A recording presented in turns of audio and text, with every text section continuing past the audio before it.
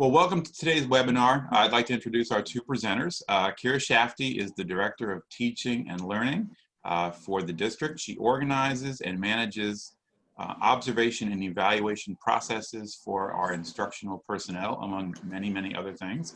She is a current doctoral candidate in education leadership, and she is part of a family of educators, her grandmother, her mom, and her sister. I know we can't applaud or anything, but you know, there we go. Thanks, Kevin. Our next presenter is Jennifer Thomas. She's the Mentoring and Induction Program Specialist for Area 2.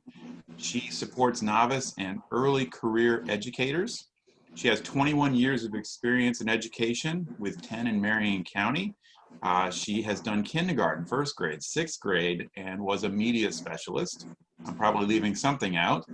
She also wears two hats on this webinar because her son is a senior at Bellevue High School. So this rollout of everything here has hit the Thomas family two ways, right? So anyway, we're all very glad you are here. So let's get started. Oh, one quick thing. The chat box. If you have questions, we're probably small enough that we could activate, but there is a chat box at the bottom if you have any specific questions as we go along. It's a good way to put them in there before you forget about them. But if it's a small group, we could probably go audio if we needed to. We'll play that by ear, okay? Sounds great. Thank you for the introduction, Dean. So today's webinar, we wanted to provide a little bit of an overview. You know, we're always wearing our teacher hat, so this is what we hope to accomplish today. We want to talk you through the development of the distance learning web pages for Marion County Public Schools with a little bit of a behind-the-scenes look at the teacher and student pages. We also will discuss factors for consideration to take you through the student, teacher, and working parent perspectives. In this new way of work, we're all learning together. And with any change, there are challenges, and we would like to present some suggestions to address those challenges.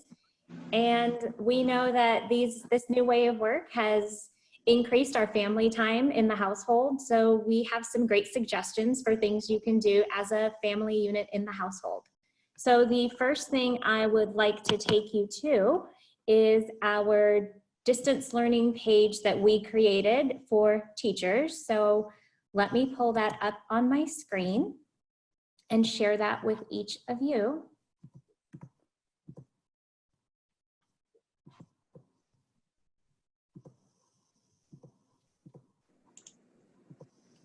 Okay, so you should be seeing on your screen now the MCPS distance learning page. We know that research tells us the teacher is the greatest factor in student achievement. So we needed to, as a district, immediately support our teachers, and this is the platform in which we're doing that. We opted to do it through a page in which we can update in real time. You can see on this page, we gave them a quick link to their digital curriculum resources depending on their content area. On the right side of the page over here, you will also see some quick links to some digital learning resources that our teachers can use. We know that the teacher webpage is the main form of communication right now, so we gave them some links to the teacher webpage, quick start guides, whatever they may be looking for. We know that email is a source of communication, so we gave them some links to that. Something new that we put together as a team, we also offer webinars for our teachers. We started off last Monday, the 23rd, and we offered 4 webinars a day where they could log in and learn about teacher web pages and all of these platforms on your screen: Zoom, Google Classroom, and Microsoft Teams. They are new platforms to some teachers, but some teachers have been using them all year long. So we needed to meet teachers where they were. So a teacher that was completely unfamiliar with the platforms, there's a starting place for them here. And a teacher that's already using it could just use it for reference if need be, but they've already found their way of work. And what we're doing this week is we have archived all of last week's webinars. A teacher can go back here and click on any of them and review them because we're prepping to roll out phase 2. So their webinars from last week were very foundational in nature, how to. And now that our teachers have had some time to explore, they are ready for the next step. So maybe Zoom, our webinar last week was about how to log in, how to send a Zoom invite, Zoom has become a way of work now. So some of the things that we'll do in today's webinar, like supplementing our webinar with a PowerPoint. There's also a whiteboard feature. We're ready to take them into the next level of how to use these platforms to deliver instruction. So that's just a quick overview that our teachers have access to this in their single sign-on page. And we are updating it in real time with the next round of webinars, hoping to roll out Thursday of this week. Any questions about this page so far? Hey, Kira, is this page only accessible by teachers? Yes, sir, it is. It's fully through single sign-on. However, it is accessible on their desktop or laptop, and we made it compatible with tablets and cell phone or smartphones. So they're able to pull it up in real time via both platforms. I have a question. I know we're going to talk about a lot of platforms and things here. If you might want to comment specifically on the Zoom platform, I know there have been some security issues, and I know other districts are using other platforms, but Marion County is still committed to using Zoom, right? We are at this point. We understand that with any online platform, you can run into safety and security issues. Zoom has been really wonderful, and they opened up their basic accounts with some additional security measures. So once you sign up for a Zoom account, you'll get the daily updates to your computer. So some of the security measures that they're using is they've automatically turned on the waiting room feature. And what that does is it allows a teacher to see their participants, just like you can see each of us in real time here in the tiles. A teacher will see students entering instruction and will have to invite them into the room. If they see a name that they are unfamiliar with, that person never gains access into their room. So Zoom, overnight, we did a webinar Wednesday and that wasn't a feature. By Thursday, Zoom turned that feature on at no cost. So they are constantly updating, monitoring what's happening out there, and they have been a really great company where they could have charged upgrades for some of these tools that we're all using at no cost. They've built in some fantastic security measures. And quick comment to everybody here, how quickly was all of this stuff put together to have distance learning in Marion County? Let's just say a week ago was about a week and a day ago, it did not exist. Wow, okay. Yep. So that is our teacher page. Now what we have made public, because in listening to our teachers, we needed to provide something similar for our students. So now you should see on my screen, distance learning for students. You will see a tab here, it's yellow. And the beauty of tabs is not only does it live on the main district's webpage, it lives on every school and teacher webpage as well. So that it can be accessed via any of those landing pages. And on this page, we really worked hard to build the same type of resources for our students that they could follow step by step, and it looks exactly how it would from the student perspective. So a little more clarification on that. Of course, our students could log on to YouTube and see a wonderful tutorial about any of these platforms, Microsoft Teams, Google Classroom, or Zoom. But when they come to the page that we created, the screenshots mimic what it looks like from their computer, whether it be a Chromebook or a laptop. So everything on these pages have been customized for what our students will see, knowing that they need to start with their @marion.k12.fl.us email address. We've taken them from start to finish. So this is also a live web page. We are encouraging to check back frequently, because whenever we find a great resource, we're adding it here. A really important resource here, we have anything with the CDC. There's a quick link under other resources on the right-hand menu of the screen. There's also a wonderful link the Florida Department of Education has put out with activities for families and teachers. So we've given them a quick link on this side. We have our code of student conduct because it's business as usual and learning is different, but we still have high expectations for our students. So we have a link there. But the most important link are these two, because we understand that we need to prioritize the social, emotional, physical safety, psychological safety of our students. So our school counseling department created these 2 quick links. They are forms, and the forms go directly to our counselors and provide students experiencing any sort of trauma immediate communication with a counselor from the county. So of all the links, of course, we are prioritizing instruction, but we are so much more prioritizing their well-being and safety. So our teachers that they need or are in need of certain things for students to thrive, we will update this page in real time. Any questions about this page? And you don't need any access for it. You can get to it from the main marionschools.net homepage. Okay. So then I would love to turn it over to Ms. Thomas. She's going to take you through the student perspective of what you will see when you log in through their email address. Thank you, Kira. And I'm going to now share my screen and take you all I'm going to take you on a tour of the main MCPS webpage, and I'm going to try and guide you through finding your child's teacher web pages. And those are, the teacher web page is the commonality which all students will have. And the expectation is for every teacher to have built a web page for distance learning. Many of them use these web pages prior to this time, but now they are using them for posting assignments and communication. So in order to get to that page, you just simply go to the main MCPS web page and go to the school directory. And I'm going to go ahead and select my son's school, Bellevue High School, which is one of the first ones here. And I'll close that out. And then if you go here, you can go to, so this is Bellevue High School, and every school has a page. And then over on the right top of the ribbon here, where you see teacher websites, you can click on that, and all the teachers at the school will be listed. And I'm going to scroll down. I asked Mr. Lucido permission to share his page, so I'm going to click right on his name here. And on that page, you can see on the left what subjects that teacher teaches, a little bit about them. Sometimes there's additional resources that they add over here to the left. And then Mr.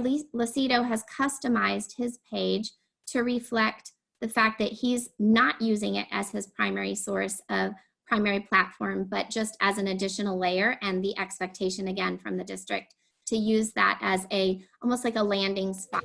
They can receive additional information on other resources and platforms being used.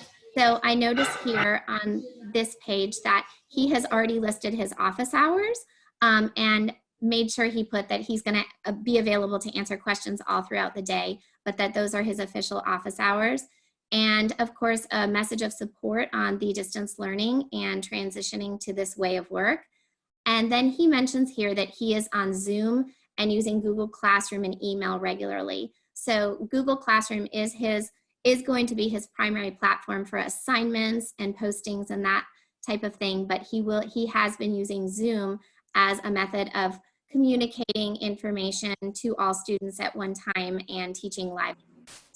And then of course there's a... And I see Mr. Christian has his hand raised. Oh, I'm sorry, Mr. Christian. What is your question? What is the purpose of the statement at the very bottom of the page?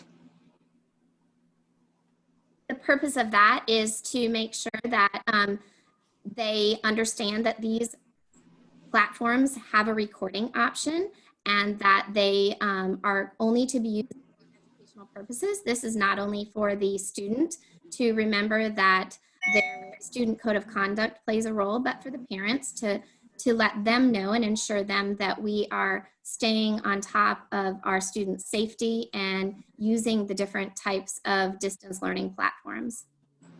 Thank you. That's a great question, Mr. Christian. So what we've realized in Zoom is the recording feature is great for students that can't log in. So the teacher may have a live session going right now at 11:30. For some reason, a student can't log in. The recording feature allows the teacher to download that file to an audio file and send it back to students, not only if they miss instruction, but if they didn't understand a portion of instruction and would like to see it again.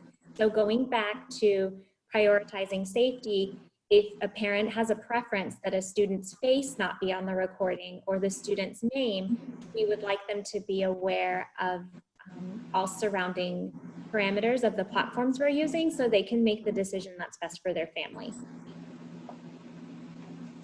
Thank you. Great question. And now I'm going to take you over, because so many of the teachers are not just using the teacher webpage as their primary platform, they're also using Google Classroom. And that I'm going to navigate you and give you a tour on how to find the location of that platform.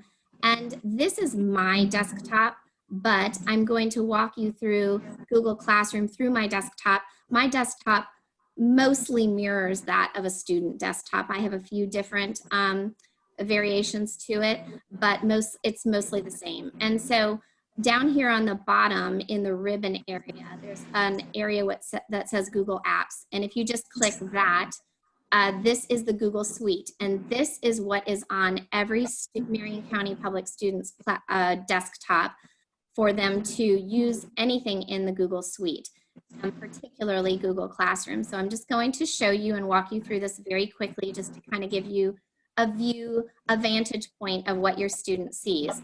So I have some teacher classes that I've created here from previous years of teaching, but here I am a member in Mr. Lucido's Google Classroom, and I wouldn't always have that, but he invited me to be part of the classroom, and so I was getting my son tutored, and therefore I have the class on my page. It allows me to show you what a student sees from a student's vantage point if you have kids of your own who are using this platform. And so this is just kind of an overview, and the class is seen, and then if you click on it, the most recent announcements and posting are at the top, and then you can scroll down and see the previous postings. And this is linked, as it's a Google platform, it's linked to Google Drive, Google Forms, and all of that. So it's very user-friendly to navigate between different Google Suite platforms.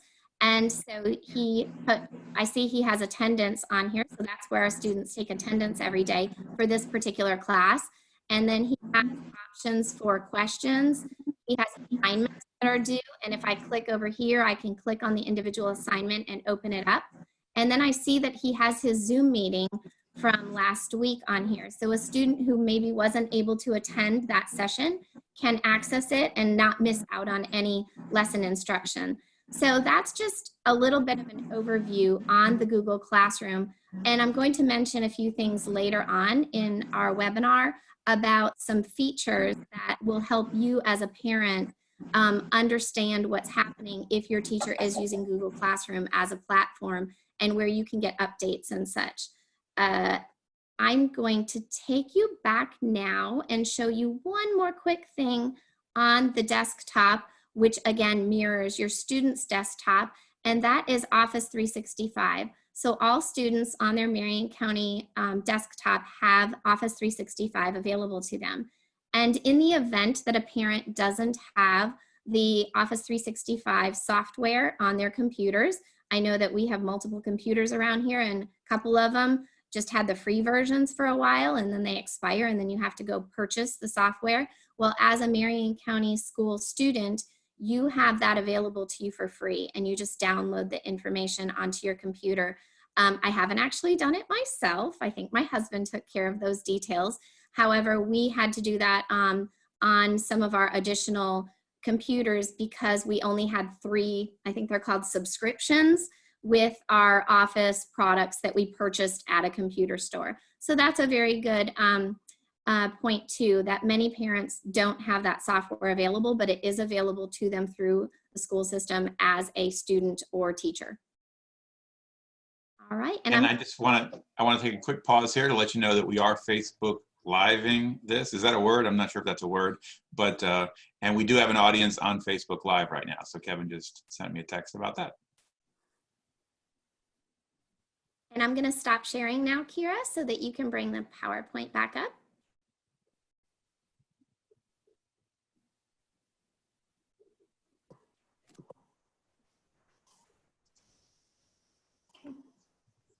All right, thank you, Kira. You're welcome. Talk a little bit about our students and their unique needs during these uncertain times. Depending on their ages, they may be experiencing very different emotions and needs during these unprecedented times. Our younger students, elementary age, I guess, thrive on routine. Their teacher and school life has been a consistent part of their day, and they may be a little resistant to learning outside that structured environment of the classroom. So we need to try and make it as structured and consistent as possible for them and for ourselves and our sanity. This is going to be challenging and will look a little different depending on the number of people you have in your house, the number of devices you have for usage, the ages of your children, and of course, your workload as a parent. So trying to create a schedule for your little ones, if at all possible, a schedule that mirrors what a normal day looks like for them is best. Keep the structure the same each day. Schedule lunch breaks at the same time. I would recommend setting an alarm and having them get up, get dressed, get ready for school, just like they would do if they were leaving the house to go to their schoolhouse. And creating as normal of a routine as possible will help them transition into this new way of learning for them. It's really important to also chunk learning. While finishing all the day's tasks in 2 hours may sound appealing at first, that get it done attitude so we can go play the rest of the day, that could backfire and cause frustration for our students. And so break learning or chunk learning up, maybe by subject areas, or however you think is manageable for them, but fill those holes with some PE, maybe some art, maybe some music class, so that they can break apart their day and not be frustrated by more academic on task time than they can handle. And that varies with the age of your child. Try to minimize the distractions. Put other devices away, turn off the TV. Maybe separate young children so they're not distracting one another. Put soft music on to establish a quiet learning zone or a learning period of time. And of course, some of us have non-age children in the home. Maybe plan the schedule or the learning time to do that during their nap time so they're not distracted by their younger siblings. Try to monitor or ensure that the student is tasked and working at a non-frustration level. Now, this is going to be challenging, particularly if your schedule mirrors one another and you're working while they're learning. But monitoring to make sure that they haven't reached a capacity for their understanding and that they don't need support will help you to prohibit them from not reaching that frustration level, which is going to shut them down for a period of time. So that's really important too. And knowing your child, are they independent with their math work, but maybe need additional support with reading? Have a plan to set them up for success. There may even be online supports if needed that you could pull up in another tab, or visual reminders that you can have them easily accessible to them. Keep in mind that their classrooms were filled with visual supports for learning that they could reference at any time, whether that was an anchor chart or a poster with almost like cheat sheets around their room that they would refer to during the school day. So they're without those now. And so ensuring that they have those tools and resources necessary to be successful working at an independent working in an independent space will help them, again, be more on task and less in need of your support throughout their academic time that you've scheduled. And then, of course, older students, which is what I'm dealing with right now. The older student requires a bit, this is what I'm finding as I go, more of a flexible routine. And I know those sound very contradictory in nature, but we may, or I may, need to have a bit of greater flexibility as I work to look at what that structured learning, what it looks like in my house. And the teenager may need to be allowed to start the day a little later than normal. So the teacher and me wanted my son Evan to get up, get dressed, and go to his home school at the regular time. Well, I quickly recognized that that might not happen in these uncertain times, and maybe that wasn't the best way of work for him right now, and that I needed to take a step back and realize that these students are in a unique position to know enough about what is going on, and they understand the magnitude of the situation. However, they're still grieving. They're very self-centered a little bit at this age, and so they're still grieving their normal lives much more than a younger student would be, who's having fun with this new way of work. They may be experiencing greater stresses, concern for their future. They're missing out on so many lifetime memories, and I got choked up earlier when I was talking about this. They're missing grad bash, proms, graduation, their exams that they were preparing for, their AP, their ACE, their IB exams. What does that look like? Yes, those sources have reached out and told what the plan is going to be for that, but there's an unknown that they're still worried about. And so keep that in mind, and keep the communication with your older child regular and daily. Make sure that they're communicating their academic plans for the day. Ask them about each class and what their tasks are. I've been doing that, and I've been monitoring that, and there was a concern about one class that he hadn't been doing any work for, and we had to reach out and inquire about what the status was of that. It wasn't on the teacher, it was on him. He was going to the wrong place for his sources of information. So that communication and keeping that ongoing and consistent will be important for staying in tune with your older student.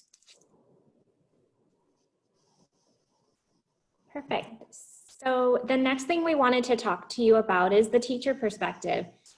Please know that teachers are also experiencing that same sense of loss that students are. They were hitting their instructional momentum, really getting ready to put closure to this school year. So we just ask that you understand that this is a new way of work for our teachers as well. Patience will mean so much to them. They have been a constant for your child, and they've built relationships with your students, and those relationships are not just diminished because the learning environment has shifted. That commitment still remains. It just looks a little bit different. So as teachers experience this sense of loss, we just want you to know that parent communication, parent engagement, it still looks the same. And we still have a high level of expectation where the parent, the teacher, the student, they all work in tandem for the best learning environment. So we want you to communicate with them. We want you to share the positives. We want you to share the concerns that are presented by this new structure. So our teachers are aware and can make accommodations for those needs. And then we want you to be mindful that our teachers are balancing work and home lives as well. They may have children of their own while they are trying to deliver instruction, that they are the caregiver for elderly parents or family members in the house. So just knowing that we are all learning this new way of work together, and there is a united commitment by every member of Marion County Public Schools. Any questions showing up yet, Dean and Ryan? None yet here, but we can certainly remind everybody, if you have any specific questions, now's a good time to ask them. I will say again, all this was set up so quickly. I would urge, parents, certainly teachers, that there's frustration levels, I'm sure, on both sides of this as everybody gets set up with their situation. Some of us were further along on this than others. But now's the time to be supportive and ask the good questions and not be critical and all those sorts of things. Absolutely. Thank you for that. Thanks, Kira. So let's talk about some tips and tricks to get you through this time. I am certainly no expert because I am navigating these times at the same pace and the same time frame that you all are. So how can we manage this new way of work and the work and school when they're layered together like this? One of the things that I have found helpful is trying to create a defined space for each family member. Obviously, this is not always going to be possible. It depends on your space, the number of devices all of us have, and we have to spread out, and each of us has to have a different room. Here at my house, we have the capacity for each having our own space. However, our Wi-Fi is spotty in different locations. So we had to navigate through that and figure out the best areas for our workspaces. Make sure to set clearly defined expectations and repeat them often. This is one thing a teacher always does in her classroom, but as the teacher slash parent slash employee, we have to set the stage for what our expectations are for the day and our way of work at home when we're doing work and school layered on top of one another. And the more consistent you are, the more consistent the days will become, and the easier it will get. And it is getting easier every day. We're developing a system and a way of work. So set workday boundaries. This is especially important for the working parent. Kids need to understand that there's different parameters, and when they can be noisy or when they have to be quiet. They need to understand those, and it can be very frustrating to us if we're trying to work and we haven't already previously set those parameters or those boundaries for our students. Kids need boundaries. So if you have enough space, that may not be an issue, but if not, you may need to stagger the schedule, and so that people are not either learning and working at the same time, or that everyone's just completely separate and the kids are doing something quiet while you're having to work. So develop a schedule, and particularly for younger kids, post it if possible, even if that's just on a big piece of cardboard that you have in your garage, and stick to it. I have been reviewing our schedule each evening with my family just to let them know, like today I let them know I need total quiet during the 11:30 block of time, and make sure that the dogs are with you or have gone out or whatever the case may be. Review the schedule the night before and make sure everyone's on the same page so the expectations are clear for what the next day of learning and working looks like. I have heard some of my friends with younger kids say that they work together to build their own schedule with their younger students, and that creates that ownership to what they've built, and they kind of know what they want their day to look like. So give them some input. It creates more of an accountability if they're involved in the process of creating that schedule, and they appreciate what everyone is bringing to the table for that day.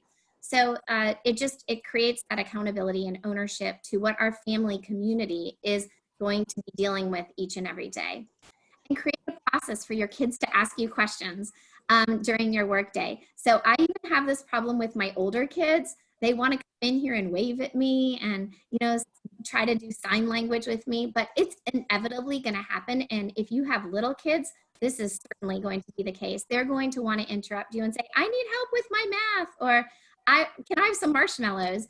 And so what is your system for taking their questions if you're in the middle of a big conference call? And establishing what that looks like to them will eliminate a lot of problems in the heat of the moment.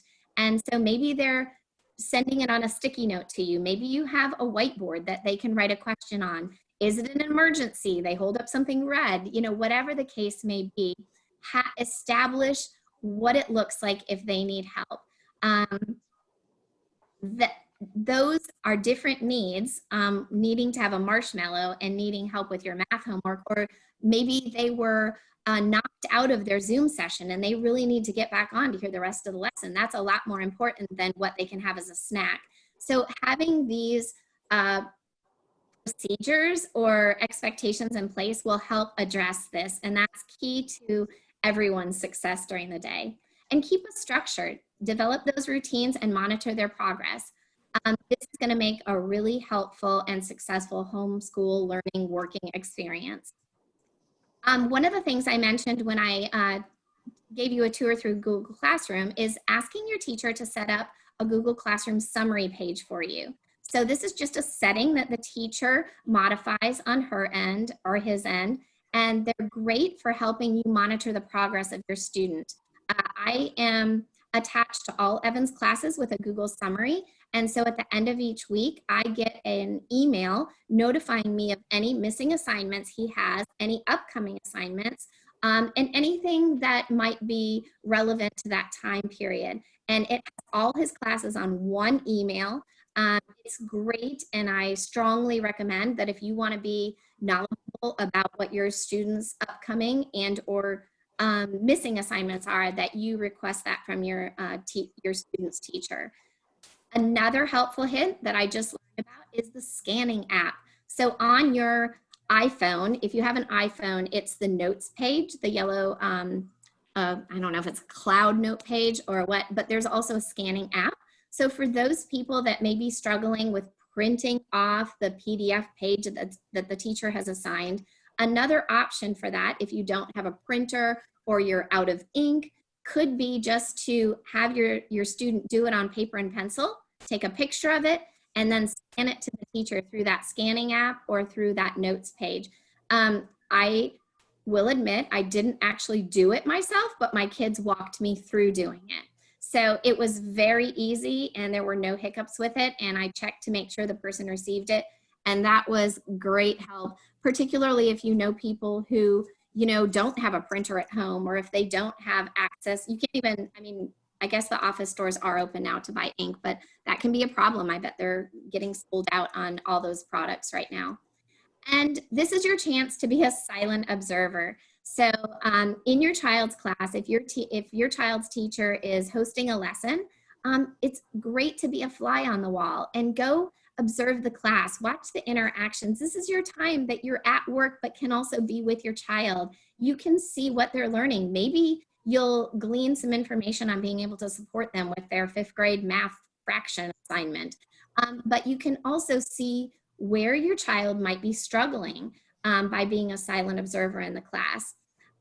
So it's always best, if you have a question, if you are being an observer, to email the teacher after and not interrupt the flow of the lesson. But I think that's a great bonus to all of this, is being able to be part of your child's schooling during this time. You know, Jen, I love the way you mentioned the defined space, because I'm looking at the tiles now on Zoom and we all have a defined space and it looks different, and that's okay. You're in a special place in your house. I'm at my dining room table. Some of you have a designated office space. So to be able to define a location, it doesn't have to be a typical location. It's just something that is going to become their own, and everyone in the family is aware of that space at that moment of time is for this purpose. So I love that you brought that up, and I like the parameters of how do your kids ask a question. So in the classroom setting, as a 1st grade teacher, it was asked 3 before me. We're still trying to teach our kids to problem solve, but we don't want them working at a frustration level. So some of our elementary teachers wear a special necklace, or they wear a special hat when they're fully engaged in something that's really important. Usually it's one-on-one instruction with a student, but having something in your home that replicates what they know in school is so helpful. Yes, that's absolutely right, Kira. And making it a special spot, like you said, it doesn't have to be a room per se, or even a desk. They might have to work on the coffee table, but making it as school friendly as possible, and you know, establishing it as their own learning environment is really key. Absolutely. And ladies, I think you brought up some excellent points in terms of how to approach this. And I think, you know, I don't know, years from now, when your kids look back on this time, I mean, I think the most successful teachers and parents will be the ones that embrace this, as opposed to, you know, thought it was scary or a burden or whatever they would look at. If everybody just jumps in and fully embraces it, I think we might be surprised at how much innovation we see and that sort of thing. My wife's a music teacher. Students have been sharing on video the instruments that they've been making in their homes, and they're so excited about playing them and all that.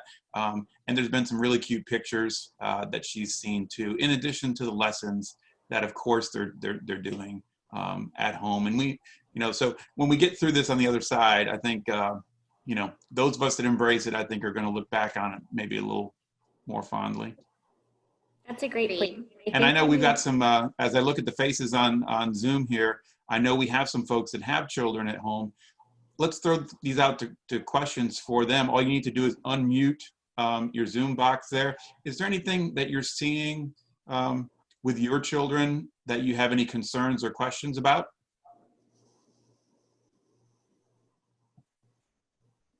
I do. I didn't realize what the summary. Now, how does that work again? So you just have to email each one of your teachers? Okay, so I would email any teacher who's using Google Classroom for their assignments and the platform for working. You can email the teacher and ask to receive a classroom summary. Now, the key is to be mindful with that because the teacher may need to seek out help on where that setting is.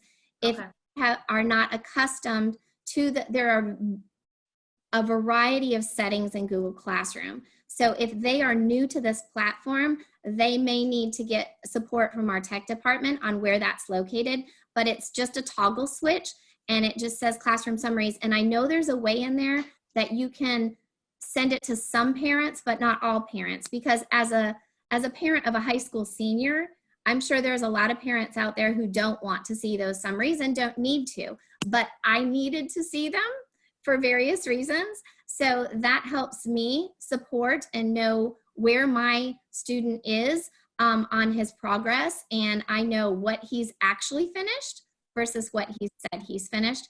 And so I would just say it's a quick email to the teacher saying, and use the word, may I receive classroom summaries for my student? And then again, as I stated before, so I get them for 3 of my son's classes, not all of them, but they all come in one summary. So it's great. It's not 3 separate emails if you're connected to that. So if they struggle at all with that, they can just reach out and someone can support them in navigating that setting. Great question. Yeah, thank you. Yeah, I feel like I'm so removed from some things that they're like, no, Mom, it's good. We're fine, or whatever. And so I just want to make sure that I'm seeing things. No problem. Mm-hmm. And again, when I look at the faces here on the screen, I'm seeing, I'm assuming that most of these children are probably not the ones we're overly concerned about here. I'm sure these are the rock star students in the classroom, but I'm sure there's some nice success stories out there too. Dean, for the most part, we're finding that our children are thriving. This is the norm for them. They're so used to a digital, virtual, remote learning that their learning curve is almost non-existent. It's us as the adults that I look at this as we get the opportunity to meet our kids where they've been for quite a while.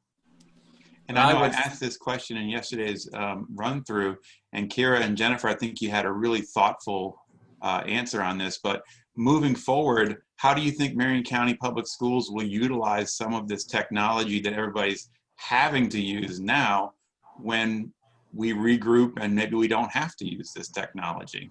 How do you think we'll adapt? I think we'll thrive. It's been a learning curve, and it's unfortunate the situation that forced us into this learning curve, but to have all of our leadership on a call and not have to commute and get from point A to point B at the drop of a dime, Zoom has changed our way of work. And to be able to still have collaboration and accessibility is so critical, but we don't have to accommodate for travel. And my brain leads to believe that allows us to be more fiscally responsible with our travel and our mileage. And it's working. I find myself to be more productive. I'm working from my dining room table, and I'm so productive in this environment because I've set some procedures, and there has not been a single thing that I cannot do at home that I could do, and I need to be in my office space. So I think it's changing our mindset and our way of work. What do you think, Kevin? I think that students are the ones who are going to drive us to that point. You said they're already there. They've been there for a few years. And judging from the calls that we get from parents who have questions about how we're doing this and how do I get a device and how do I get the internet, all that kind of stuff. I mean, there's kids already have that figured out. They know where the nearest Wi-Fi spot is, where the nearest McDonald's is, where they can go to the parking lot and sit for 5 minutes and get whatever they need for the day. We as adults are the ones who are kind of freaking out and all worried about it. And they've had it figured out for years. So we're just catching up to them. They're teaching us. Absolutely. And I think Jen brought that up earlier in the webinar, but the things that we're offering as a school district, sometimes we're calling them needs-based, but they're more routine-based. And what I mean with that is today is the last day to check out a Chromebook. It's not a needs-based that my family needs a Chromebook, but if that's what your students are comfortable working on, we have the supply. Get a Chromebook so that their routine stays consistent. So many of our students have Chromebook carts in their classrooms that their teachers use on a regular. So don't look at it as needs-based. And even the grab and go, as much as our students will say the donuts and the breakfast snacks that are in the grab and go, they're comforting. They're what our students are used to getting on their campus. So I know we are coining things as needs-based, but some of it's just routine, and we have the ability to support all of our students in technology needs or the grab and go lunches. And with Kevin's new email yesterday, the student no longer has to be present in the vehicle. We just need the driver to show identification. So we're trying to reach out and support our families in as many ways as we possibly can. So our last slide we wanted to end with is challenges and some fun ways to meet those challenges. Yes, and so they're inevitably going to rise. These challenges every day. We will probably be presented with a new challenge. Inconsistent Wi-Fi will wreak havoc on a schedule. So know your locations, where your good connections are in your house. I had to get a hotspot on my phone, with my cell service. I had to get another additional boost or something it's called, based on your usage in your house. And that's not always available to every family, but that can certainly provide you with more consistency if you can get a hold of those things if you are suffering from inconsistent Wi-Fi. Academically supporting your child can be challenging. This speaks to what Kira just brought up, that oftentimes our students are leaps and bounds ahead of us in terms of navigating these digital and online platforms. I am not equipped with the knowledge to help my son with his ACE chemistry or calculus assignments, but I also can't let him see my frustration. So while fifth grade math might also be a challenge for me, it's important to not show those emotions to your student. And it's important to reach out to the teacher if you are at your own frustration level. Reach out to the teacher, reach out to a fellow parent. If all else fails, Google it. There may be a Khan Academy video available to support your learning and your students' learning, because that's going to be key in shutting down their frustration if you react to that in a similar way. And so there are going to be challenges with that. And if you have more people than devices available, remember, like Kira said, students can check out a Chromebook. If you have a MacBook at home and that's the computer that your child is learning on, that is not familiar to them. So they may, that may present barriers to them with accessibility and not understanding how to navigate through that particular type of device. So remember that those computers are available through the end of today. And again, like Kira said, the grab and go lunches. If you have more than one student at home and teachers are using different platforms, we've heard that this has presented some frustration with parents, but try to be patient.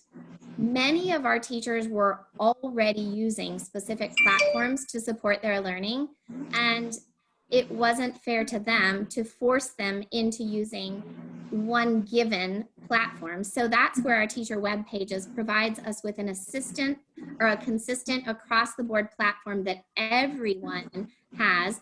And then on top of all those, they can use those other platforms such as Google Classroom. And so we wanted to make sure that our teachers were able to feel success and that there was not too much of a burden on them to learn a variety of different resources and platforms to use with their students when they were already comfortable using the one they were using. So that's the reasoning behind that. And we understand, though, that it will take some time to get used to which teacher uses which platform, and hopefully there will be some commonalities among all those. And time is always a challenge. How much time for homeschooling is enough? When is it too much? And that's where you have to just pay attention to your child. What is their frustration level? Little kids may embrace the opportunity to play school at home, but if they're struggling with a subject, they may shut down sooner than if they weren't. Big kids may have a tendency to slack off. They may want to just do a little of work. I had to say that to my son yesterday. I said, you've been learning, you've been on task for maybe 1 hour. What else is upcoming that you can focus on for the rest of the day? And so that understanding and knowing that balance between the time they should be spending on their school and on their assignments versus when they're at a frustration point or when they haven't been spending enough time on them. So it's just knowing your child and being familiar with their classes and knowing what the expectations are. And keep communicating. Keep communicating with the teacher. And again, keep in mind that they may also have children at home, and their personal time, maybe they're spending their evenings emailing back, but maybe they're not. So be patient in waiting for a response from the teachers, but don't hesitate to reach out to them. And our last slide is some fun ways to make the most of this time with your family. I know that we will hopefully look back at this moment in history and remember the fun times. And so the more fun you can make this experience for your kids, the more that they will have fond memories of this time working and learning from home. So I put down a few things that I thought of or I saw somewhere and stole the idea, but do the Pledge of Allegiance in the morning with the kids. They are so used to coming to school and reciting the Pledge of Allegiance. It starts their day. They know what that means. They know that it's time to tune in and tune on and get to work. Have some morning announcements. And I wanted to share too that a lot of our schools are actively using their Twitter accounts. Yesterday, Liberty Middle School had their morning announcements on their Twitter account. So we encourage you to follow their schools, because we have seen quite a few of our administrators sending a video or posting something to help with that initial morning routine that they're so very used to. Oh, that's great. And thank you for stating that, because I had not seen that yet. I'll have to tune in tomorrow. But I've seen something where a dad announces what the schedule is going to be for today, what's on the lunch menu for today, and those things that are just key to our students' routines. They're used to this. This is how they start their day, and it gets the ball rolling and kind of gets them in the mode of learning. Share the highs and lows. I've always done this as a family. We've always done this. Talk about the end of the day. What worked? What maybe didn't work so well that they need to change? What was a great learning experience from the day? Or, what was a bummer? Maybe they're on Zoom and one of their best friend didn't log into Zoom because they weren't feeling well. So the opportunity to share those highs and lows is really important to the family communication. Share something that they learned from each other. They may not have known something about what you do for your job. Like, wow, Mom, I didn't realize that you did that at work. So, share those fun moments. And, if you're going to be the silent observer on their Zoom call with the lesson, share something that, oh, is that what so-and-so looked like? I had a visual image of what your friend Ronnie looked like, and now I have a visual of what that person looks like. So share something that you learned about each other. And again, keeping that conversation and communication going is so important. I love this one as my favorite one as a former librarian. Family reading time. Maybe you have a drop everything and read. That's DEAR, that's the acronym for DEAR. Drop everything and read during the day, and everyone stops what they're doing and just takes a break and opens up their book. Or you also have a family reading time where you're reading a chapter book, maybe a harder book than your little kids would normally read, but you're reading it aloud and all the family members are gathering around like a little book reading time. So that's something I've always done and love to do, and haven't started it yet, but maybe this week. Plan lunch dates or a picnic. So, have an established lunch period of time. Even take a break and go outside and have a picnic in your front yard. Or I love this one, make a menu for the day. Have one of your kids select the menu and write it down and share it with the other family members and lay it in their work area for them to decide what they want for their lunch menu. And Kids' Choice Day. This is a really good one. I need to do this with my 18-year-old because he's always rummaging through the pantry next to me.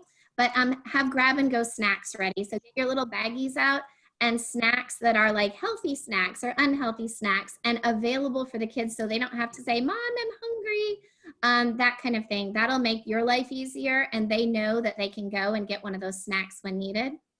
And then, of course, the last one, wearing my teacher hat, praise your child's teacher. These are times where they miss your kids. They miss the routine. They want to be in their classrooms with your students. And so it's so important to appreciate. It was heart-wrenching to hear some of their comments when they went into their classrooms to retrieve their belongings at the end of last week, and that they weren't sure if they were ever going to see their classes in one place at one time again this year. Oh, it gets me choked up. Anyway, but you know, praise your child's teacher. They have certainly earned it, and would love to hear those comments of appreciation if you have them to offer. So that's it for Fun for the Family. And Kira, anything else on your end? No, I think we hope this was a helpful webinar for some practical things that you can do in your household as you balance work, home, and just life in general. So Dean and Ryan, are there any questions that have come in that we can address before wrapping up, or thoughts? I saw Andrea's Andrea raising hand went her up. hand. As I had asked my child to get out of the way so I could do this one, I guess because a want versus a need, I didn't want to take a Chromebook because I felt like, you know, that's certainly we have access to things at our home, but I texted her while we were sitting here and I said, would you want me to ask? And she said, yes. So do we just, she is a 6th grader at Osceola. Do we just call the school? Yes, you'll call the school. Someone will answer right away, the secretary more than likely, and you'll make an appointment for a time that's convenient for you. A lot of our schools are being extra cautious, and they'll give you the Chromebook in a bag. You'll sign a agreement that you have the Chromebook. So that's a great question. It's not a needs-based. It's what's familiar for my child, and where will they, and you know, in what kind of setting will they thrive? And it's the little things. We don't know what we don't know. 2 points to add to that, Andrea. Make sure you call today. Yes. Because today is the last day. And also, we have more devices than you could ever imagine. Okay. So there's no way we're going to even get close to our inventory. So if you know, and that's what I was worried about. I didn't want to take it from somebody that, you know, and so. There are plenty. There are Okay. plenty. Okay. Well, let me just offer some closing thoughts. First of all, I want to thank all of our partners with Marion County Public Schools, and of course, Kira and Jennifer, for putting together some really thoughtful topics and tips for us. As I look at our faces here on the Zoom, I see some friendly faces here from the CEP team. Thank you. Danielle from Career Source, thank you. And of course, we have lots of partners at the CEP, so we're going to share this information out. Now that we've got this recorded, we would encourage you all to do the same. Spread the word as we go through this, probably for the next few weeks, possibly to the end of school. We shall see, right? So thank you all for joining us on this. And of course, the CEP is throwing out other webinars. Ryan's been sort of in charge of those for us at the CEP. So check your emails. There may be some other topics that come up that you want to check out. Thank Thanks, you guys. for having us. Thank you for having us.